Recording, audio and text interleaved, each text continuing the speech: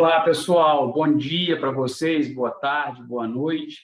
Em sequência, então, ao nosso conteúdo que nós iniciamos, né, na última aula, a gente está falando, para quem não se lembra, das peças de liberdade. Então, num primeiro momento, foi feita uma prospecção para vocês de todas as peças que a gente iria trabalhar e iniciar pelas peças de liberdade. Então, num primeiro momento, falei para vocês de relaxamento da prisão preventiva. Hoje é a vez da gente falar de revogação da prisão preventiva. Bem, nesse sentido, vamos relembrar, lá na forma do artigo 310 do Código de Processo Penal, o juiz, ao receber o auto de prisão em flagrante delito, ele tem 3 opções. A primeira delas é relaxar a prisão, quando essa prisão for ilegal. Eu já aduzi aos doutores, né, que, muito embora a gente faça o estudo do relaxamento de prisão no momento do auto de prisão em flagrante delito, no momento do primeiro contato do juiz, né, com esse caderno investigativo derivado da prisão em flagrante, eu já aduzi que esse relaxamento de prisão pode ser requerido em outros momentos, a exemplo do excesso de prazo da prisão preventiva, a exemplo do excesso de prazo da prisão temporária. Não se pode olvidar também que a alteração recente, né, dentro do Código de Processo Penal, indica que o juiz, de 90 em 90 dias, deve, em decisão fundamentada, avaliar se essa prisão preventiva ela merece ou não prosperar. Então, veja, se o juiz não realiza esse reexame da presença dos requisitos elementares do artigo 312 e 313 do Código de Processo Penal nesse prazo de 90 dias, isso aí também vai ensejar a ilegalidade dessa prisão, que deverá, pois, ser relaxada. Bem, doutores, então vejamos, o juiz, ao receber o auto de prisão em flagrante delito, ele pode relaxar a prisão, ele pode converter ela em preventiva, ou ele pode conceder a liberdade provisória. Então, nesse aspecto, o que nós precisamos entender antes da gente entrar na resolução especificamente da peça de revogação da prisão preventiva?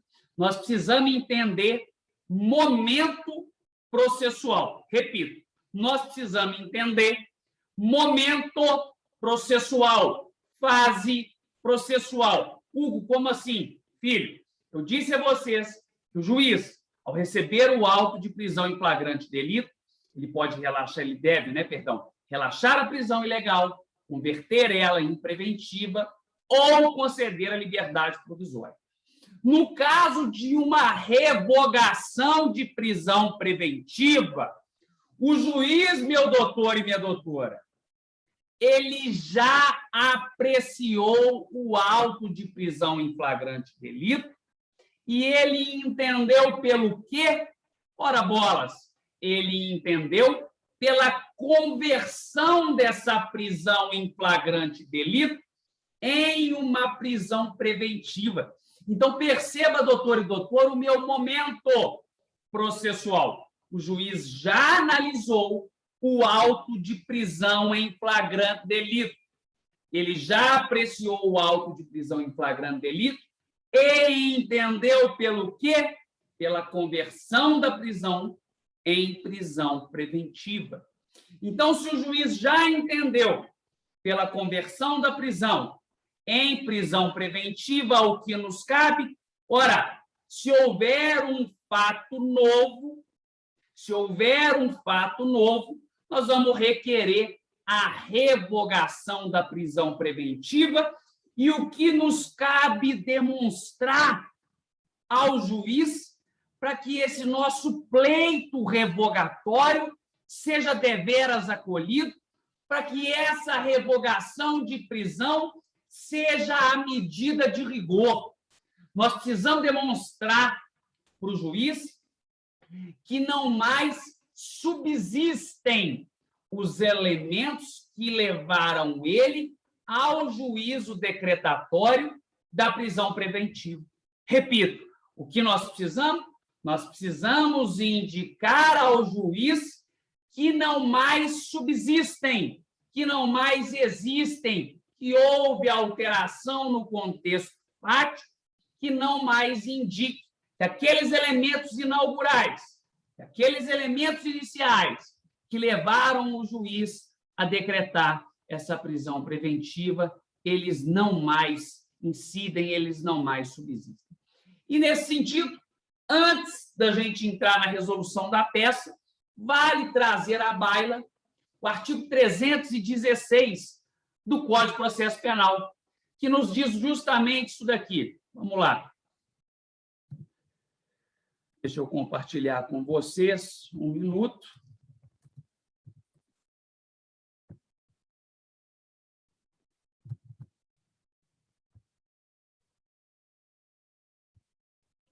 Está na tela, pessoal.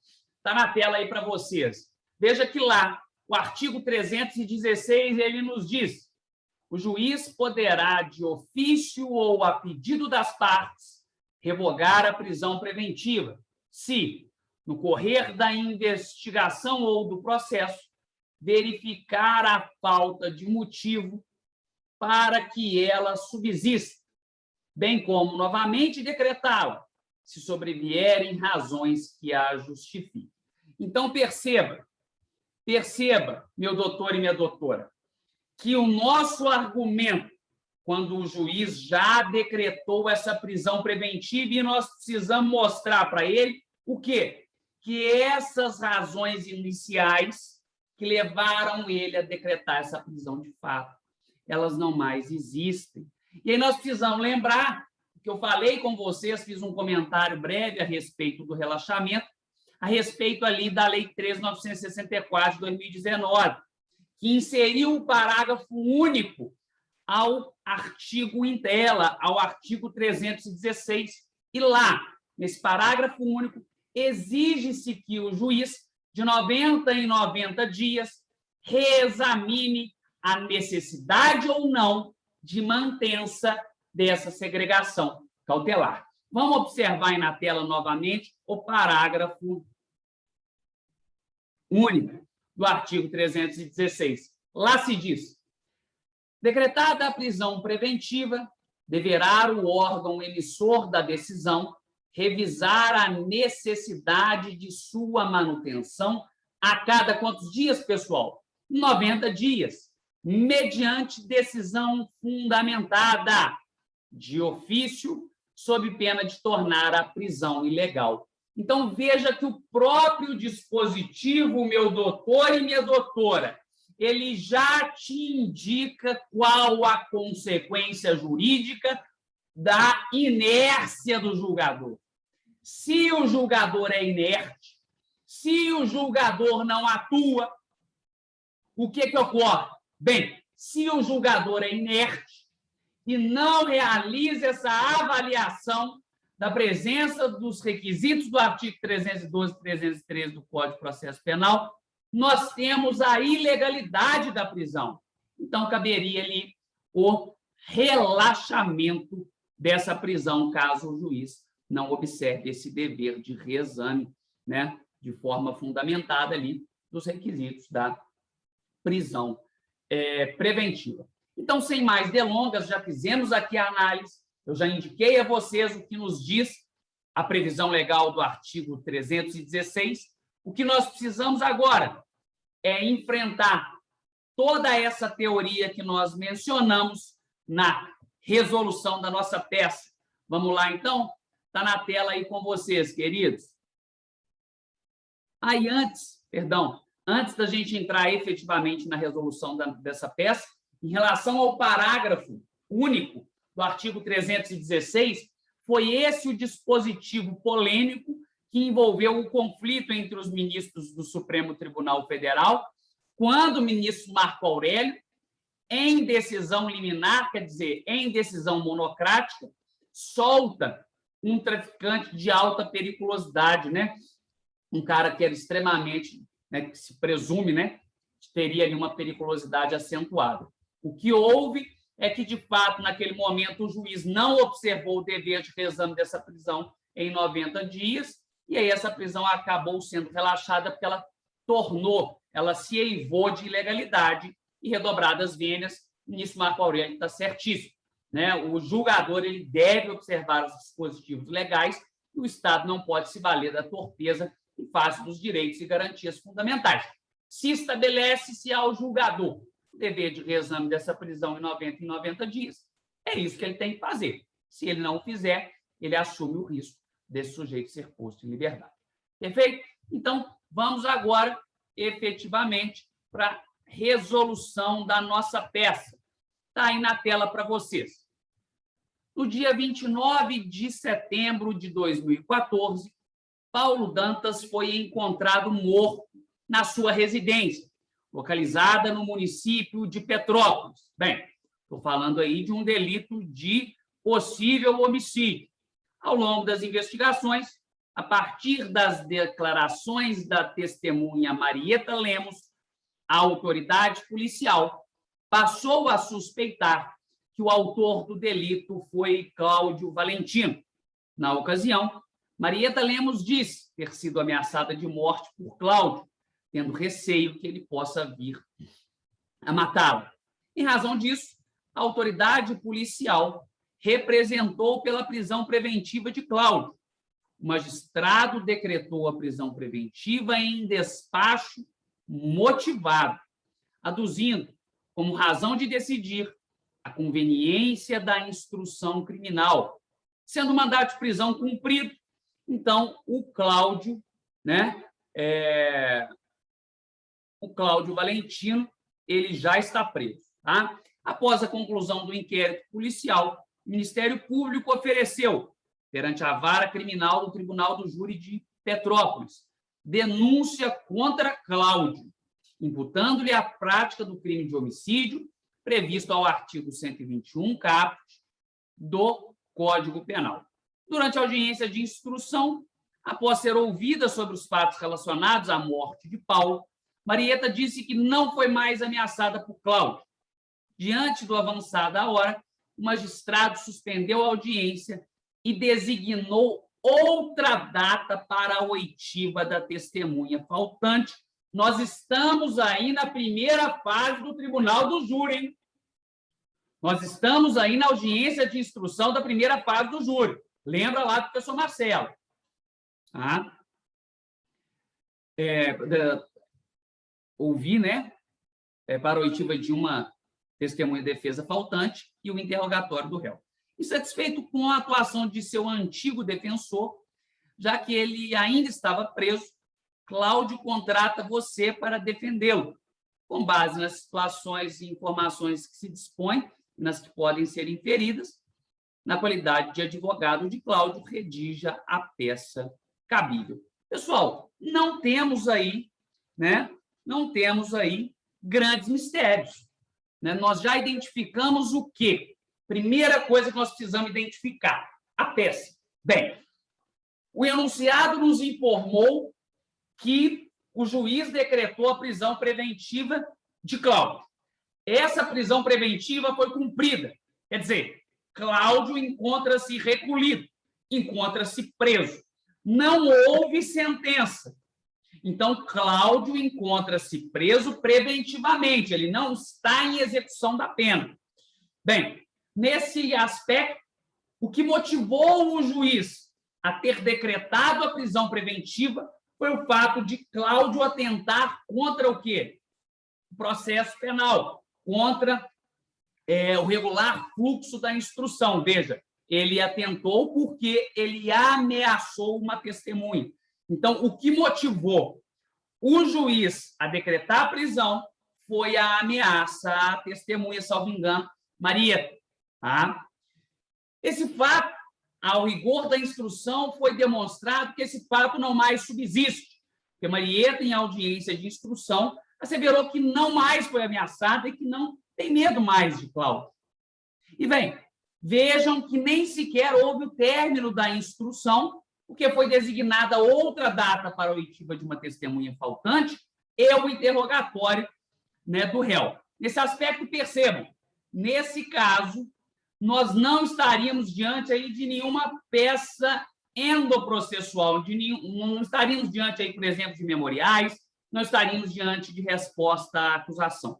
Estou falando para vocês aí que não há o que fazer, a princípio, em questão meritória no curso dessa primeira fase do Tribunal do Júri. Lembrem lá das aulas do professor Marcelo, processo penal. Tá? Então, vamos identificar também o nosso endereçamento. Salvo melhor juízo, aí, a gente tem a comarca de Petrópolis, Rio de Janeiro. Então, a gente começa a nossa peça, endereçamento, vamos colocar ali a qualificação do sujeito, o que a gente vai pedir com o fundamento, e depois a gente vai dividir ela, igualzinho a outra, dos fatos, do direito e do pedido. Vamos bater cá? Está preparado? Então, vamos começar pelo endereçamento. Excelentíssimo senhor doutor, juiz de direito, né, da vara do Tribunal do Júri. Olha aí, atenção, né? Aqui não é vara criminal, é vara criminal do Tribunal do Júri da comarca de Petrópolis. Você vai saltar ali algumas linhas, colocar altos números, salta ali mais umas 4, 5 linhas, que é a praxe, e aí a gente vai começar a nossa peça. Cláudio Valentino, o processo já está lá na frente, você não precisa ficar qualificando ele. Não é a primeira vez, não é a primeira peça que ele vai apresentar, né? Ele já está qualificado. Então, Cláudio Valentino, vai colocar lá, já devidamente qualificado, vem perante a elevada presença de Vossa Excelência, tributando respeito e acatamento, através de advogado e bastante procurador constituído na forma de instrumento de procuração anexo, requerer com fundamento, isso é muito importante, o fundamento da sua peça, com fundamento no artigo 316 do Código de Processo Penal, revogação da prisão preventiva, o que faz, pelos fundamentos de fato e direito a seguir delineados. 1. Dos fatos. Beleza? Até aí, sem mistério. O doutor e a doutora sabem fazer isso muito melhor que eu.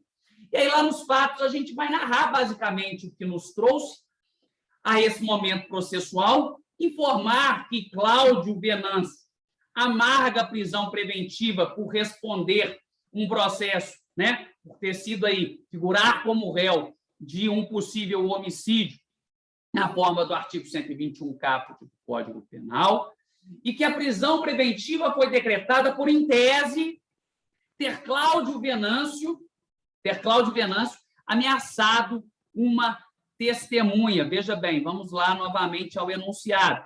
E, nesse sentido, o juiz decretou a prisão preventiva. O juiz decretou a prisão preventiva em despacho motivado para conveniência da instrução criminal. Então, o primeiro ponto que é muito importante você deixar claro nos seus fatos é que, ora, Cláudio Venâncio responde processo penal por homicídio, por suposto homicídio na forma do artigo 121 caput.